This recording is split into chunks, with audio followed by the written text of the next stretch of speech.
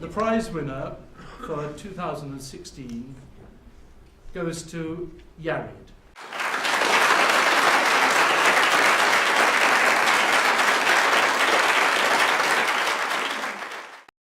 Lady Margaret Hall was the place where the late Joyce Pearce began her career of service to refugees and displaced people around the world. She read history and was inspired by the Principal Linda Greer and Vice Principal Evelyn Jameson, who urged her to make sure the world is a little better for your having been in it. In 1951, the Festival of Britain year, she invited 17 displaced East European teenagers to spend a holiday at Ockenden, her home in Woking. This was the start of the Ockenden Venture, which would provide help to thousands of the world's refugees. This year's Ockenden International Prize was won by an organisation called the Young African Refugees for Integral Development. Founded by its director, Robert Hakiza, it teaches English, business skills and handcraft to female refugees.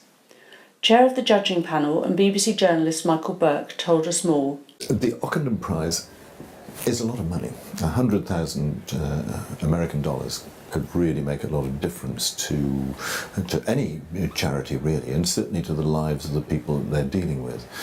So it's a really great opportunity, and what Ockenden International is trying to do is to identify a particular charity with a particular project that actually exemplifies what Ockenden has always been about. Ockenden has been a charity that was set up to help refugees, so it has to be about refugees. What is the prevailing idea about Ockenden that we're looking for in the charities that we're judging, if you like? Self-reliance, I think. Is the constructive, sustainable work, is it changing people's lives? Is it enabling people in those often impossibly difficult and nasty and horrible situations to make more of their lives, to be self-sustaining in the jargon, to make them self-reliant? That's the big thing. So it's not the only thing. Obviously, when you're looking at these projects, you wonder, do they work? What benefits are they bringing? How much are they costing? All this kind of stuff is important. And you're measuring each of the charities against a matrix of different things. But basically, it's, that's the idea. Which of these charities is doing something that is most in line with what Ockenden is all about?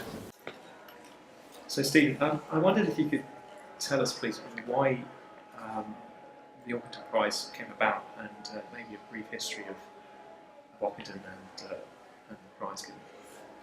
Ockenden's been around for 65 years, and it was for a very long time an operational charity working in many different parts of the world, and often in places where the big charities had moved on.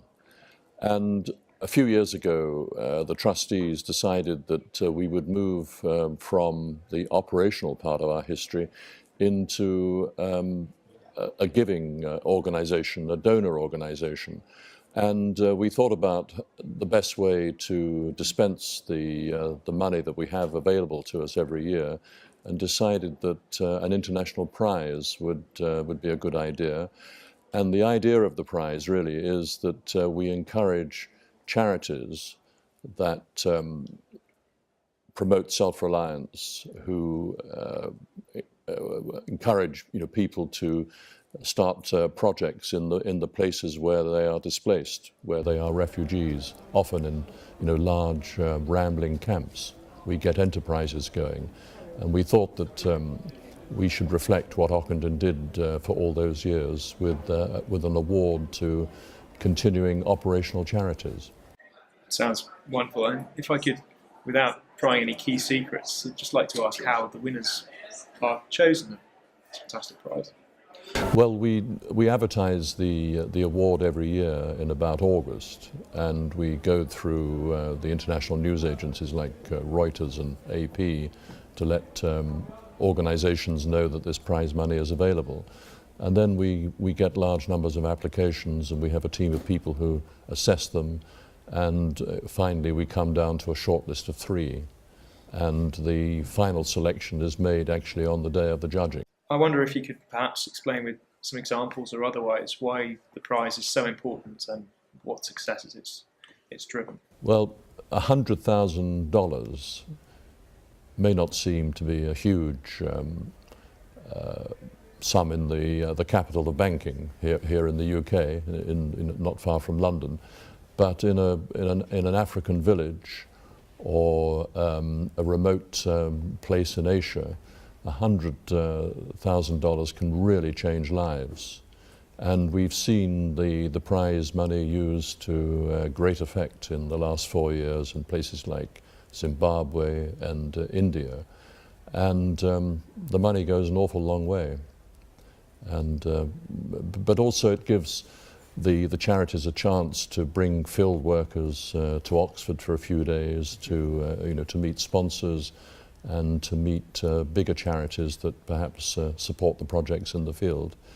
And there's quite a bit of publicity, of course, which helps the NGOs raise funds and promote their work. And the winner this year, Yurid, seems amazing work in Uganda. Yes, in the Ugandan capital, Kampala. And what is very interesting about that project is it's almost solely run by the refugees who came in to live in Kampala over a period of years. John Simpson, the BBC World Affairs editor, who presented the awards, told us about the changing nature of reporting refugee crises. Well, my understanding about reporting at the moment is that it actually hasn't changed an awful lot since 1620, when the first newspaper was started. Of course, technically things have changed immensely. In actual procedure, in the kind of way that stories are covered, things are largely unchanged. And in my speech, I quoted, I suppose perhaps slightly spitefully, some headlines and coverage from the Daily Express of the first years of the 20th century, so 1900, 1904, 1906, about the huge immigration of Polish and Russian Jews into the East End.